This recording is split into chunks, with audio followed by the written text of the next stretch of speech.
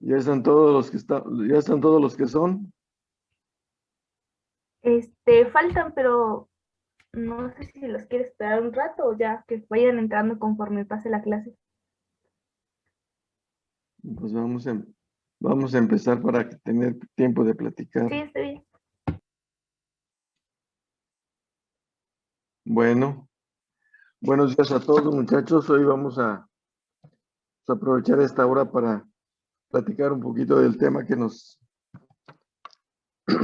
encomendaron. Este es según yo tengo entendido, es el deficiencia de hormona de crecimiento. ¿Estaban de acuerdo? Sí, ¿verdad? Sí, doctor. Sí, sí. Bueno, entonces, este es el propósito de esta hora. El propósito es la deficiencia, hablar un poco de la deficiencia del hormona de crecimiento. Vamos a repasar el propósito general, el cual les recomiendo que siempre, siempre, siempre lo revisen la noche anterior para preparar el tema y platicar con un poquito más de posibilidades de agarrarle más. Entonces vamos a ver de qué se trata. Vamos a hacer una definición, vamos a ver cuáles son las causas, el cuadro clínico, el diagnóstico y el tratamiento de esta deficiencia de hormona de crecimiento en los adultos. Ya platicaron con la doctora Guerrero de este tema con los niños, ¿no? ¿O cuándo les toca? Ya tuvimos clase con ella, pero vimos talla baja. Vieron parte de esto, ¿no? De deficiencia de hormona de crecimiento en los niños. Sí, Sí, una parte, doctor. Sí.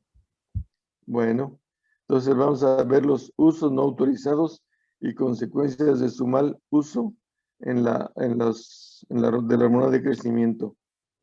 Guiándonos un poquito con estos objetivos, dicen que a las 10 de la mañana ustedes ya deben de saber muchas cosas de esto. Entonces vamos a ver vamos a hacer una definición, a valorar las causas o a mencionar las causas, a ver cuáles son las manifestaciones de la deficiencia de esta hormona en el adulto, cómo se hace el diagnóstico, qué les damos de tratamiento y cuáles son los usos no autorizados y cuáles son sus consecuencias del mal uso de la hormona del crecimiento. Empezamos con esto, una definición. Entonces es una definición muy sencilla, pero creo que se entiende y no tiene mucho más que agregarse. Es la deficiencia de la hormona de crecimiento.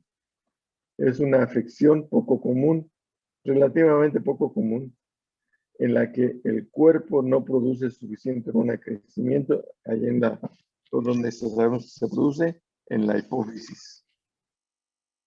Esa es una definición. Ahora vamos a ver las causas. Entonces, una deficiencia de las hormonas de crecimiento puede ser congénita. Creo que parte de esto se los va a dar la doctora Guerrero. Cuando es una deficiencia de crecimiento de tipo congénito, como estamos manejando aquí, es el tipo de deficiencia con la que algunos niños nacen. También pueden tener problemas con otras hormonas. Cuando es congénito, puede no ser únicamente la hormona de crecimiento, sino también otro tipo de otras hormonas de las mismas de ahí de la hipófisis. Dice que aunque nazcan con esta afección, yo no tengo experiencia de ver niños, pero aquí mencionamos que aunque nazcan con esta afección, algunos niños parecen estar creciendo con normalidad hasta que tienen más o menos entre 6 y 12 meses en que se nota que el crecimiento no es proporcional de acuerdo a la edad.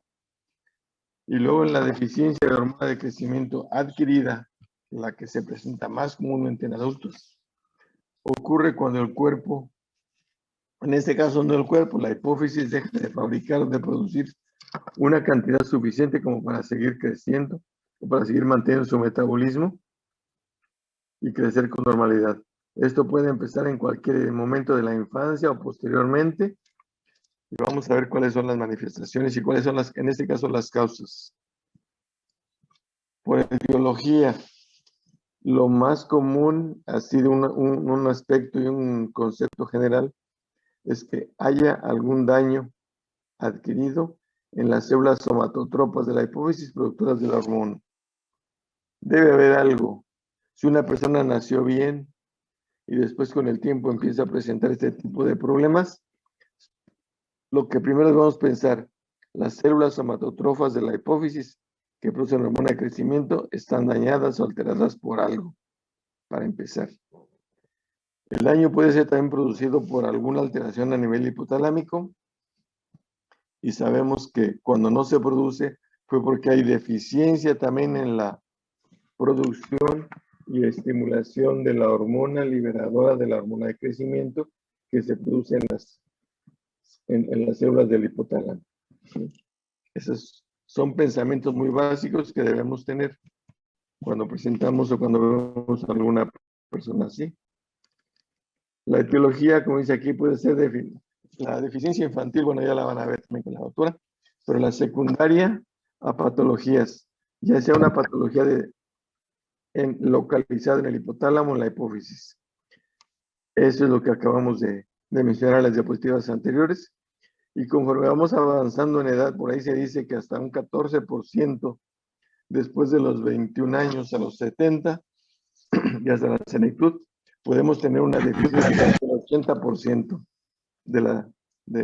y esto se llama somatopausia, o sea, reducción de la secreción de la hormona del crecimiento. ¿Sí? Creo que vamos muy rápido ahora. Aquí vamos a entrar un poquito al hipopituitarismo, aunque creo que por ahí hay otra plática también relacionada con esto. El hipopituitarismo significa deficiencia de una o más hormonas de las que se producen en la hipófisis. Y puede ser también, como hemos visto en las diapositivas anteriores, de origen congénito que se presenta en los niños, en los recién nacidos, o adquirida que se presenta posteriormente. Y esto siempre será una patología a nivel hipofisiario y se llamará secundaria y se llamará terciario cuando aparezca la lesión o el daño adquirido se obtenga en el hipotálamo. Cuando vean ustedes las deficiencias y cataloguen, por ejemplo, el hipotiroidismo, que sea primario, secundario y terciario. Aquí no tenemos primario porque dijimos que todo el organismo es la glándula efectora, es el efector. Como en el caso del hipotiroidismo, la glándula efectora es la tiroides, la glándula estimuladora primeramente, o productora de hormona estimulante de la tiroides, es la hipófisis, y la hipófisis a su vez la estimula el hipotálamo. Entonces el hipotálamo es el terciario, en la hipófisis es el secundario y el tiroides es el primario.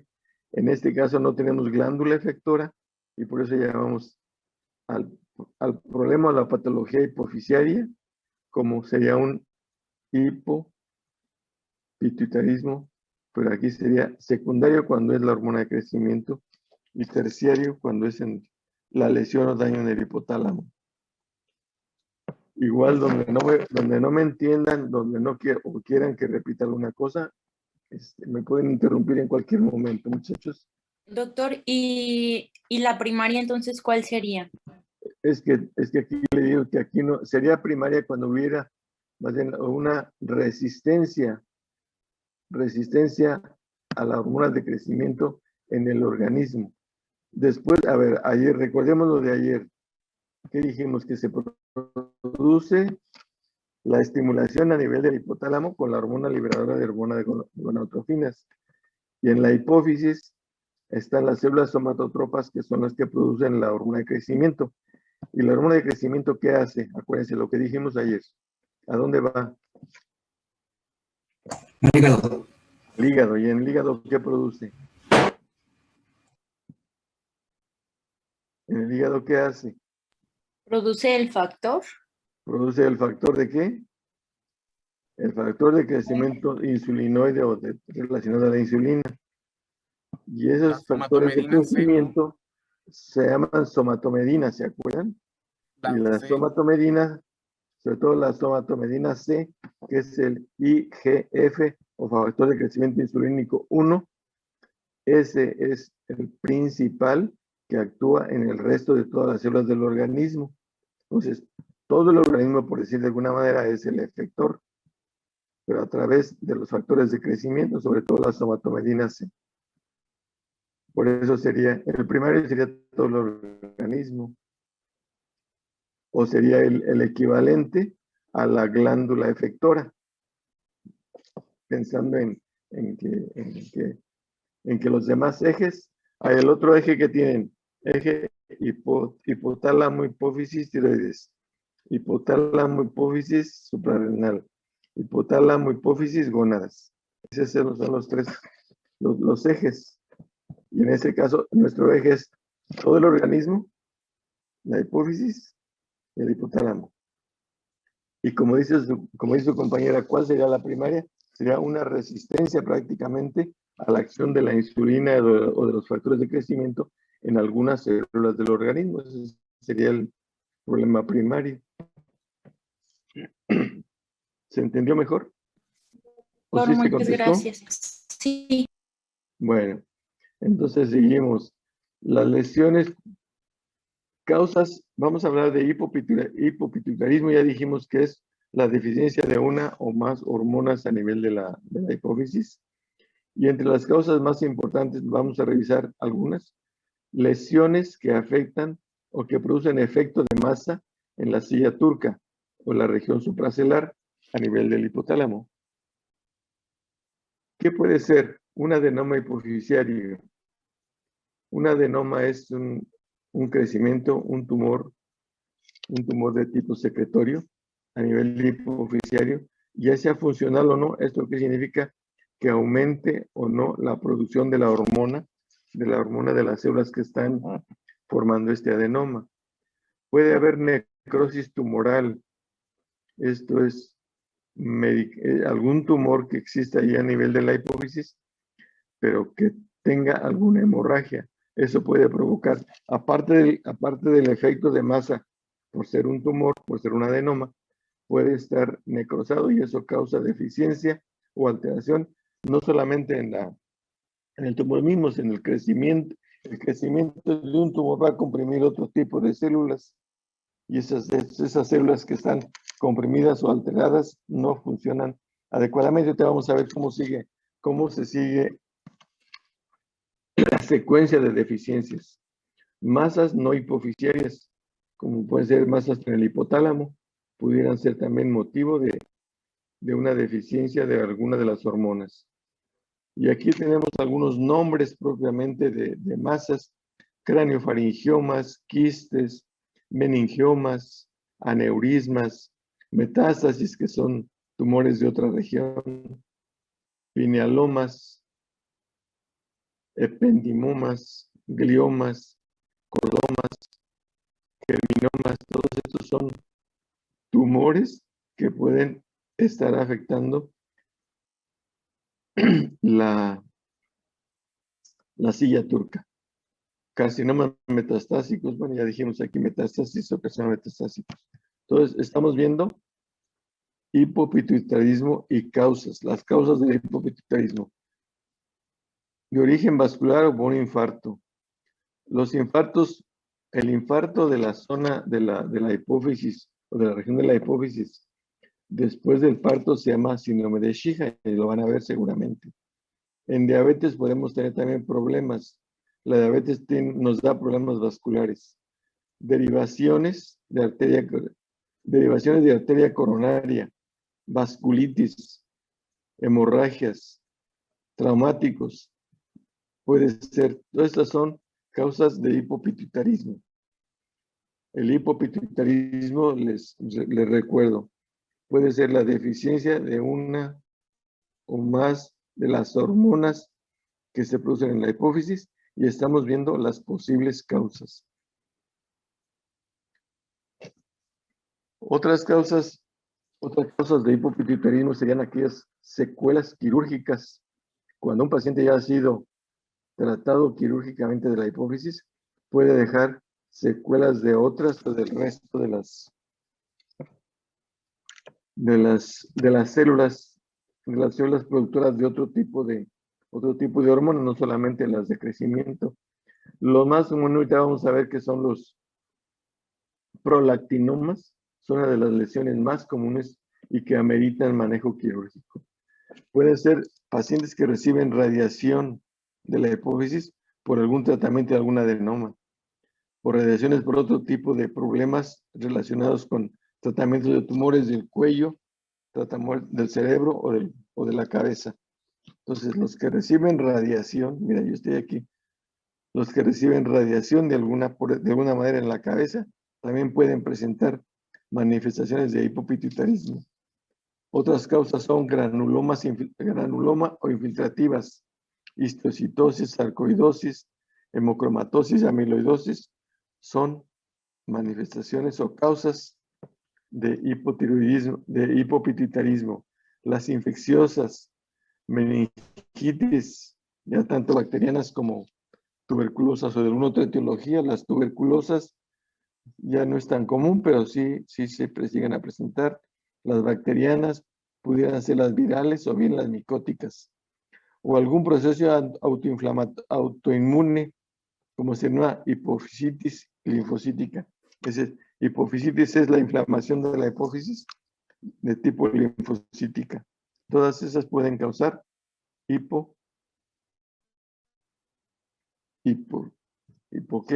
hipopituitarismo, deficiencia de una o más en la producción de las hormonas hipofisiarias. Ahora vamos a ver las manifestaciones clínicas, no de todos los cuadros, no de todas las deficiencias, sino de las deficiencias principalmente de la hormona de crecimiento. Y aquí están la etiología de la deficiencia de hormona de crecimiento en la vida adulta. Aquí estamos viendo que puede ser de inicio en la niñez, puede ser una deficiencia múltiple, hasta en un 44.8% puede ser una deficiencia de múltiple, de una o más, de dos o más hormonas de crecimiento. Una deficiencia aislada puede darse en un 28.4%. Aquí una deficiencia doble, deficiencia de hormona de crecimiento y de la hormona estimulante de la tiroides, pueden darse en este porcentaje. Deficiencias ya triples de la hormona de crecimiento, de la hormona estimulante de la tiroides y la hormona luteinizante, en un porcentaje un poco mejor. Traumatismos de silla turca o silla turca vacía, en estos porcentajes. Craneofaringiomas y disgerminomas, adenomas hipofisiarios, esto es de inicio en la niñez y de inicio en la etapa adulta. ¿Cuál es el más frecuente? Adenoma hipofisiario funcionante. A ver, otra vez, esta lista que dijimos aquí es de la niñez y esta lista es de inicio en la etapa adulta. Adenoma hipofisiario funcionante en un 30%. Adenoma no funcionante. Craneofaringioma. Traumatismos. Síndrome de Sheehan. La síndrome de Sheehan lo vimos en la diapositiva anterior, es una deficiencia circulatoria posparto. Silla turca vacía en un porcentaje de 9.2%. Idiopático o bien hipotalámico en un 7.2%, disgerminomas, gliomas o quistes. Estos son deficiencias en la secreción de hormona, etiologías en la vida adulta, en los porcentajes que se llegan a presentar. Obviamente puede cambiar, pero es una orientación. Lo más común en el adulto es que sea un adenoma hipofisiario funcionante. Y cuando tenemos este tipo de problemas de adenoma hipofisiario funcionante, debemos pensar inmediatamente adenoma como un tumor, un crecimiento, y puede ser funcional o no funcional. Aquí en este caso decimos que sí es funcional. Si es funcional, ¿cómo vamos a analizarlo? Vamos a ver el efecto de masa por ser tumor y el efecto o defectos de la secreción de la hormona que está alterada. Si es hiperfuncionante, habremos de ver datos de la hormona hiperfuncionante. Y si hay deficiencia, entonces veremos la deficiencia, las manifestaciones clínicas de la deficiencia de la hormona que está faltando, que está reducida. ¿Sí? Siempre que veamos, en este caso de las lesiones hipofisiarias, siempre que veamos un tumor, vemos los efectos de masa y los efectos funcionales en la secreción de la hormona, ya sea en exceso o deficiencia. Y aquí está algo que lo que mencionaba previamente. La deficiencia adquirida de las hormonas hipofisiarias puede tener un perfil o un patrón progresivo. Y esto permite que cuando una persona tiene, en este caso, deficiencia de la hormona de crecimiento, puede continuar este perfil de déficit progresivo, y después de que encontremos una deficiencia de la hormona de crecimiento, podemos anticipar o estar al pendiente o estar dándole seguimiento, porque después de que se encuentra deficiencia de hormona de crecimiento, puede seguir la deficiencia de las hormonas gonadales. Esta es la hormona estimulante del folículo o bien la hormona luteinizante. Después de que se disminuye la hormona de crecimiento, sigue estas hormonas gonadales. Después de estas hormonas gonadales sigue la hormona estimulante de la tiroides y finalmente la hormona corticotrópica. Entonces, en esta diapositiva lo que sobresale es entender que la deficiencia de la hormona de crecimiento como la principal o la primaria o la detectada al inicio nos debe hacer darle seguimiento a este paciente pensando que en un futuro puede tener una deficiencia progresiva de las demás hormonas. En este caso, hacia las hormonas gonadales, hacia la hormona estimulante de la tiroides y la hormona corticotrópica. En ese orden. Se supone que esto es lo que... Las manifestaciones clínicas. Las manifestaciones clínicas de la deficiencia de la hormona de crecimiento van a depender de la edad y sexo, la edad en que aparece y del sexo, de las causas del hipotiroidismo, una vez que ya hemos visto posibles causas, una vez que se detecte cuál es la causa del hipopituitarismo, se verá cuáles son las manifestaciones. Ya les dije, uno es el efecto de masa por ser tumor y el otro es las alteraciones en la secreción de las hormonas, ya sea por exceso o por déficit. El grado de su deficiencia.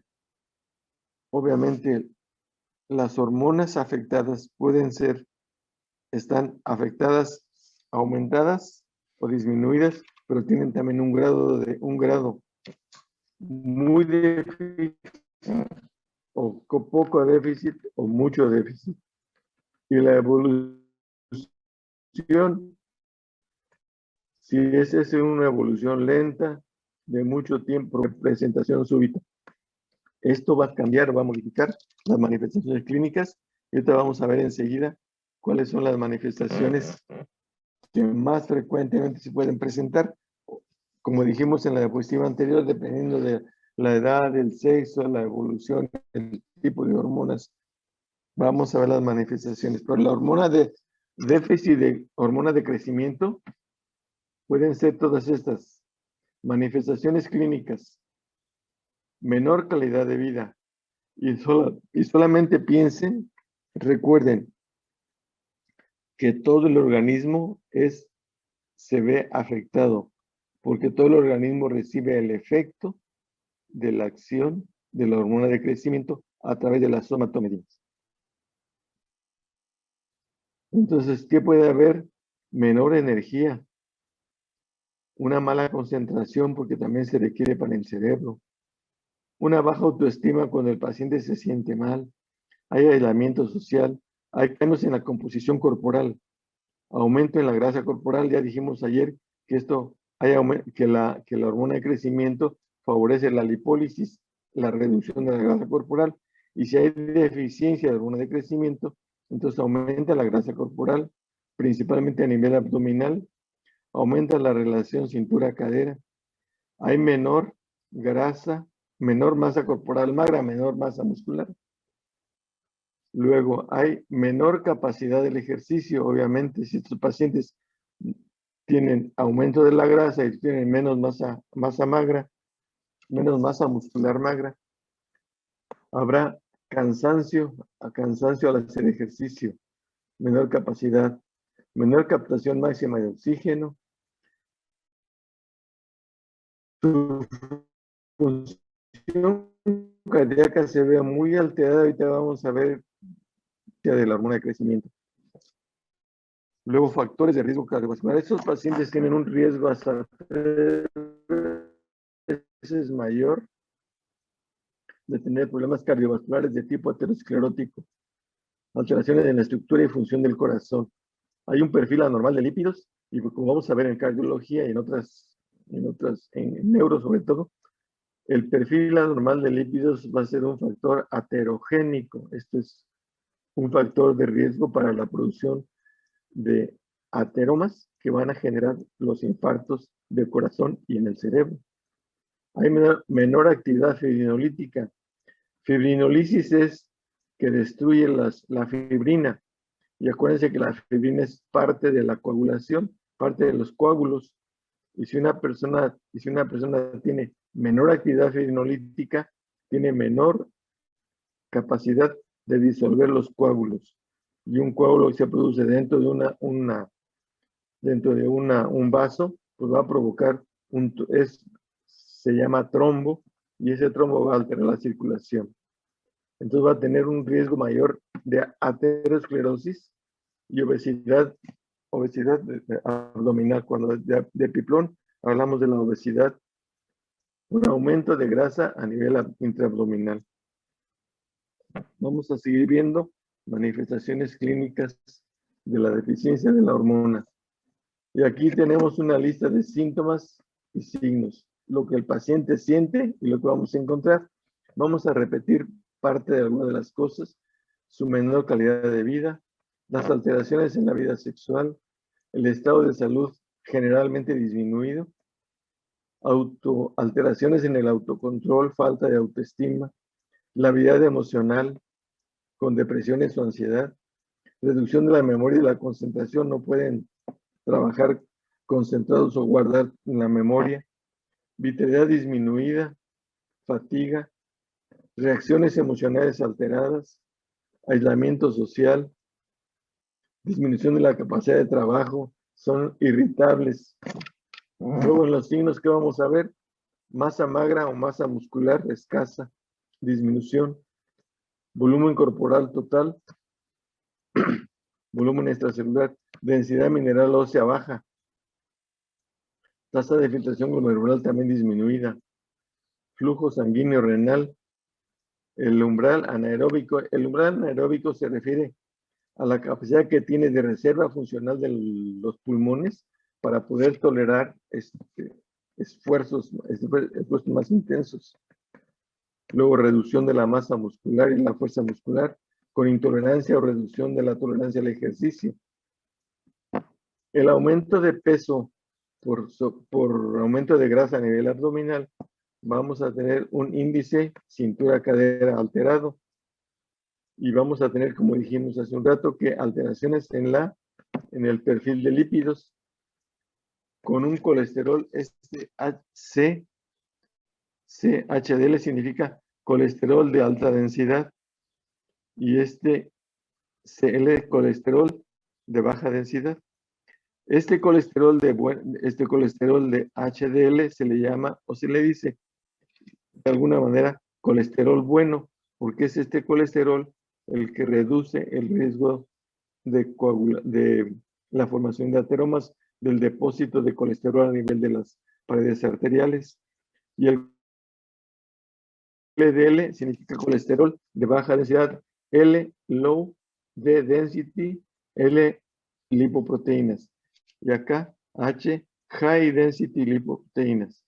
Entonces, lipoproteínas de alta densidad, lipoproteínas de baja densidad. Esta lipoproteína de baja densidad cuando está elevada se convierte en un factor de riesgo para el desarrollo de ateromas, o sea, depósito de grasa en las paredes de las arterias con oclusión de la circulación y formación posteriormente de infartos, principalmente a nivel cerebral, a nivel del corazón y a nivel de las piernas. Eso lo vamos a ver creo que posteriormente. Esos son síntomas y signos. Este es prácticamente lo mismo. No lo voy a repetir porque es prácticamente lo mismo.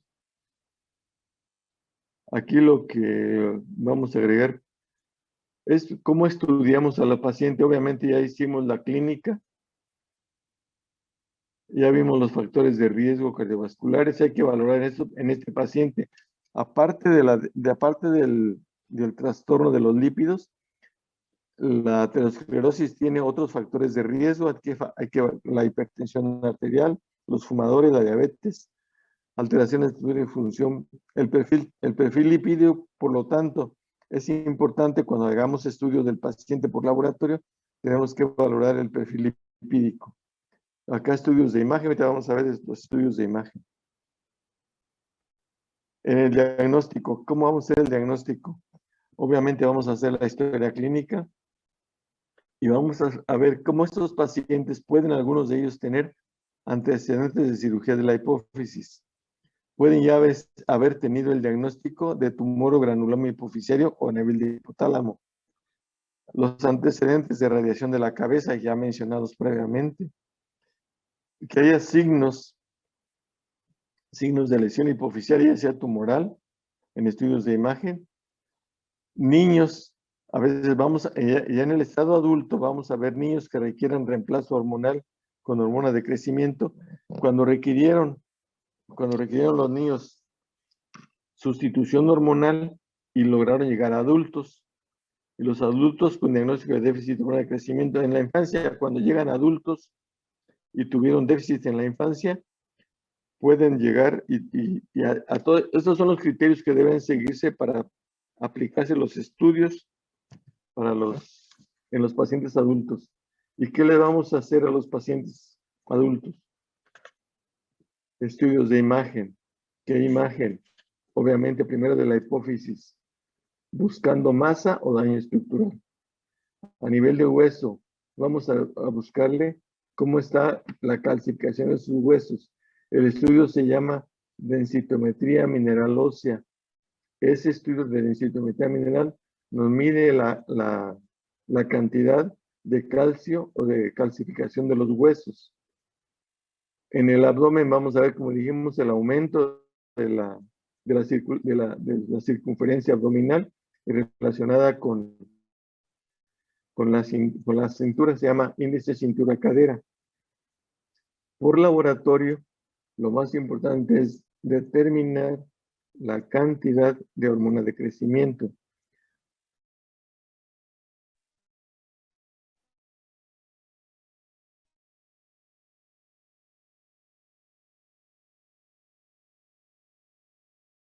Aquí se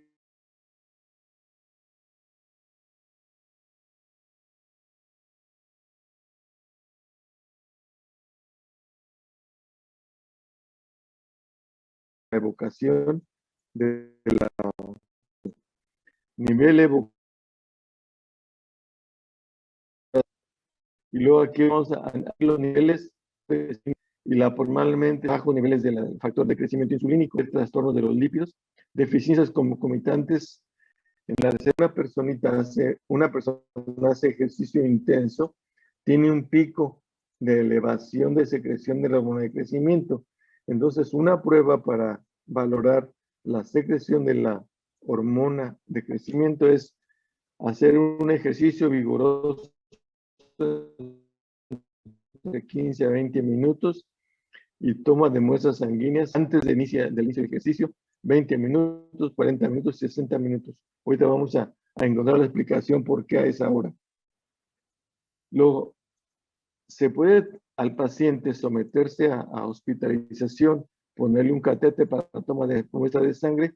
Acuérdense que también vimos que durante el sueño, después de las 3 a 4 horas de sueño, en las etapas y algunas etapas del sueño aumenta en forma normal, hay un pico de secreción de la hormona de crecimiento, entonces se interna al paciente, se le pone un catéter y se toman muestras de sangre al inicio del sueño y muestras cada 20 minutos durante 5 horas, sobre todo tratando de abarcar estas fases, las 3 y 4 del sueño, que son donde vimos ayer que se produce el pico de secreción durante el sueño. ¿Sí se acuerdan de eso que vimos ayer? ¿No los oigo? Sí, doctor. Sí, doctor. ¿Se va entendiendo esto? ¿O me regreso? ¿Vamos bien? Sí, doctor, vamos bien. Ándele pues. Órale, pues. Y sí vamos bien, doctor. Bueno, y les recuerdo, deténganse o deténganme donde se les atore. Doctor, pues ya que lo menciona, perdón que lo interrumpa. Sí. Hace ratito mencionaba un par de veces obesidad en el ¿Un epiplón. par de qué? Que hace ratito mencionaba un par de veces lo de la obesidad en el epiplón, pero Sí. investigué y me dicen varias cosas. Por ejemplo, una página dice que es un órgano de no sé qué y otro dice que es como un delantal de grasa. Sí, Entonces ya me revolví. es lo mismo. Bueno, es un delantal. Mire, nosotros en el abdomen nosotros tenemos como una cubierta, como una cubierta donde se almacena la grasa en el abdomen. Y es como un delantal, digamos. Es como un delantal que tenemos adentro y en ese delantal se acumula la grasa. A eso se refiere. Y es ahí donde principalmente se acumula la grasa en este tipo de patologías. Ok. Si tengo una imagen, no tengo imagen de esta ahorita, pero es eso, la acumulación de grasa es en una estructura, y también se acumula la grasa en el mesenterio, que es el tejido que une los órganos abdominales, sobre todo los intestinos. Ahí se acumula la grasa. Y cuando veamos, es un factor de riesgo muy importante porque la grasa abdominal es aterogénica a diferencia de la grasa subcutánea. La grasa subcutánea no es aterogénica o es menos aterogénica, es principalmente la grasa intraabdominal. Doctor, hay que reiniciar. Reiniciamos. La voy a cortar y la voy a volver a iniciar, doctor. Súbete. Entonces, la hipoglucemia inducida o evocada se refiere a esto. Ayer platicábamos que la hormona de crecimiento se estimula por la hipoglucemia. Entonces, vamos a hacer una evocación o vamos a inducir que se produzca la insulina, la hormona de crecimiento. ¿Y cómo? Vamos a provocar una hipoglucemia.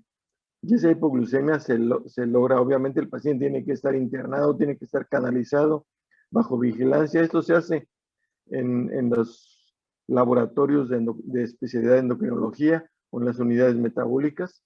Se aplica insulina. Aquí se mencionan pues unas dosis de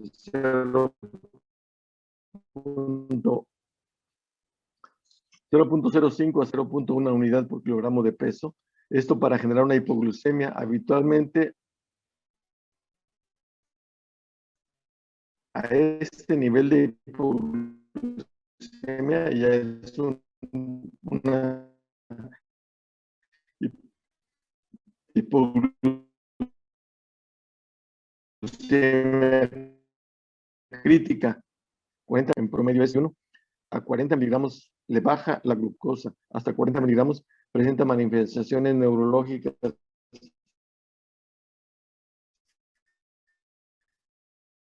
Eso se llama neuroglucopenia. Entonces se supone que se genera esta hipoglucemia y persiste durante 2 horas. Entonces se toman muestras de laboratorio a determinados tiempos y cuando encontramos un nivel de mayor de 5 microunidades por litro, se supone que esta persona está sana, está normal, no tiene problemas de deficiencia de hormona de crecimiento. Y cuando el resultado es menor de 3 microunidades por litro, esto sí tiene deficiencia de hormona de crecimiento en el adulto. Este es el estudio de la evocación pues, de la secreción de la hormona de crecimiento. ¿Qué más le vamos a hacer? No vamos a ir más. Esta prueba está contraindicada en pacientes diabéticos descontrolados. Está contraindicada en pacientes cardiópatas, porque una paciente cardiópata con esta hipoglucemia se puede infartar o morir. Otra, desencadenar arritmias cardíacas. Cualquier persona por abajo de 40 miligramos por ciento de glucosa en la sangre presenta manifestaciones de afecciones a nivel cerebral. Los pacientes que tienen crisis convulsivas o epilépticos y los ancianos. Esta prueba no se practica, no se está contraindicada en este tipo de pacientes. Vámonos. Otras pruebas que se utilizan, que se pueden utilizar en caso de que no se pueda hacer hipoglucemia, se pueden hacer estas otras pruebas. Prueba de arginina intravenosa, determinación de la hormona de crecimiento, determinación, ¿qué es esto? La segunda. ¿Qué es esto? ¿Sí me ven? Hormona liberadora de la hormona de crecimiento. También se hace determinación del factor de crecimiento insulínico tipo 1, o se llama somatomedina C. Determinación de la proteína a la que va ligada el factor de crecimiento.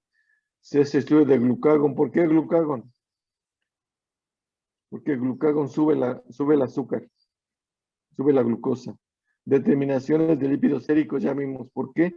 Porque esos pacientes tienen alterado el perfil de lípidos. Y en caso de que se sospeche que tiene deficiencia de otras hormonas en un hipopituitarismo, pues se pueden determinar las demás hormonas que se sospeche que estén deficientes. ¿Sí? Entonces, esto se hace por laboratorio. Otras pruebas, desconozco cómo se mencionan estas pruebas que también pueden provocar o evocar la secreción de la hormona del crecimiento. Luego, una vez que ya se le ha hecho al paciente el diagnóstico de deficiencia de la hormona de crecimiento, ¿qué le vamos a hacer? Pues a darle hormona de crecimiento. Tratamiento. Está indicada la sustitución de la hormona de crecimiento para los pacientes adultos con deficiencia comprobada de hormona de crecimiento. Aquí se hace hincapié en estos dos renglones, que es la sustitución solamente está autorizada el uso de la hormona de crecimiento para sustitución en los adultos con deficiencia comprobada. Eso es importante. ¿Por qué? Voy a decir por qué. Porque la decisión de tratar también depende de la percepción de la información del paciente. Hay pacientes que dependiendo de su percepción, dependiendo de todos sus cambios que ha tenido, que presenta, puede decir o puede rechazar de alguna manera que no. Si su deficiencia es muy leve y no tiene muchas manifestaciones, pudiera decir que se quede así. Puedes también estar estos efectos terapéuticos beneficiosos para prevenir la cardiopatía siempre y cuando tenga factores de riesgo para tener cardiopatía isquémica, o bien para pacientes que tienen riesgos altos de fracturas esqueléticas por deficiencia de la calcificación de sus huesos, para mejorar los niveles de energía o para mejorar su calidad de vida en caso de los pacientes tengan deficiencia o sean incapaces de alguna manera de mantener su autosuficiencia en su estilo de vida.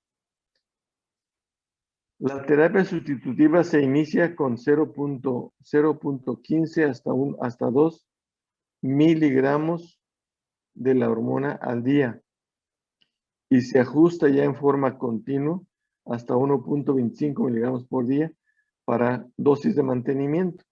Y esto dice que va a depender del género y de la respuesta, y se considera que las mujeres requieren dosis un poquito más altas que los varones. Habitualmente se hace una prueba al mes. Al mes lo que se puede medir es el factor de crecimiento insulínico, y en caso de que haya respuesta, obviamente este debe haber subido o mejorado en relación a los niveles que se tomaron previamente al inicio del tratamiento de la sustitución. Después, a los 6 meses, si no existe respuesta, si se llevó un tratamiento adecuado y que el paciente se apegó al tratamiento adecuadamente, después de 6 meses, si no hay respuesta, no tiene caso seguírsela. Hay que suspendérsela, no tiene caso. En los pacientes que tienen respuesta, se controla la sustitución junto con la vigilancia regular con el factor de crecimiento, los lípidos y la densidad ósea. Son de los datos que hay que darle seguimiento. ¿Por qué? Porque debe aumentar el nivel de factor de crecimiento insulínico tipo 1 o la somatomedina C. Los lípidos deben controlarse. No solamente, si un paciente tiene perfil de lípidos alterado y queremos controlar los lípidos, no solamente vamos a esperar a que se controlen con la pura aplicación del medicamento. Utilizamos otros medicamentos que en personas sin deficiencia usamos principalmente las estatinas. Y la densidad mineral ósea se va a estar vigilando con densitometría mineral ósea. Puede ser anual o cada 6 meses al principio, luego anual, para valorar el cambio de la calcificación. La hormona de crecimiento al final no está indicada para adultos con función hipofisiaria intacta, excepto para los que tienen caquexia relacionada con SIDA. Es muy importante por lo que sigue. ¿Cuáles son los efectos adversos de un tratamiento con hormona de crecimiento? Ocurren hasta en un 30% en pacientes. Los efectos adversos de sustitución de hormona de crecimiento pueden manifestarse con retención de líquidos. Eso es relacionado de acuerdo a la dosis, pero tenemos que dar una dosis que sea útil, pues si damos una dosis subóptima tampoco le vamos a resolver el problema o ayudarle. Entonces dependiendo de la dosis puede haber retención de líquidos. Dolor articular. El dolor articular puede estar relacionado porque se activan allá en el hueso. En el hueso va a haber cambios óseos que pueden generar dolor articular. Puede haber dolores articulares por dolores musculares. Acuérdense que el músculo que está deficiente de la acción de la hormona de crecimiento por el factor de crecimiento insulínico se va a modificar y esto puede generar dolor. Puede generar parestesias, adormecimientos, asociaciones con síndrome de túnel del carpo. El túnel del carpo es cuando tenemos problemas en el movimiento de los dedos de las manos por compresión de los nervios a nivel de la muñeca. Los pacientes con diabetes tipo 2 presentan una mayor resistencia a la insulina. Acuérdense que ayer platicamos que la hormona de crecimiento tiene algunos efectos relacionados con resistencia a la insulina. Sin embargo, estos pacientes pueden tener un buen control metabólico y pueden vivir mejor. Aquí está lo último, contraindicaciones y usos no autorizados. Tenemos 5 minutos para ver qué son contraindicaciones al tratamiento. La presencia de una neoplasia activa en cualquier órgano, en cualquier parte del cuerpo. Si un paciente tiene una neoplasia activa, no está indicado. ¿Por qué? Porque esto le va a ayudar a crecer más. Si es hormona de crecimiento, a las neoplasias que están activas, funcionales, va a aumentar su actividad de neoplasia. Los diabetes con mellitus con un tratamiento con retinopatía no controlados. Para aumentar la masa muscular en rendimiento físico. Esto es una de las cosas que en un tiempo se dio y se tuvo muchas complicaciones. Personas que querían ser Mr. Universo, Mr. quién sabe qué, se pusieron a aumentarla. Se aplicaban hormona de crecimiento y tuvieron sus efectos indeseables. Como hormona antienvejecimiento o de la eterna juventud, está contraindicada. No se utiliza, no se recomienda y no se aplica. Por aquí, estas últimas diapositivas son para comentar que se popularizó de alguna manera para el uso de aumentar la masa muscular y poder hacer competencias. Incluso esto del doping que se les hace a los deportistas de alto rendimiento en las competencias como las Olimpiadas y las competencias de ese tipo. Entonces, muchachos, no vayan a autorizar o a decir que sí está bien el uso de las hormonas para personas que solamente por el gimnasio, por verse bien, se quieren aplicar hormona de crecimiento. Esto es todo lo que les traía para hoy, muchachos. A ver, tenemos 5 minutos para que hagamos preguntas.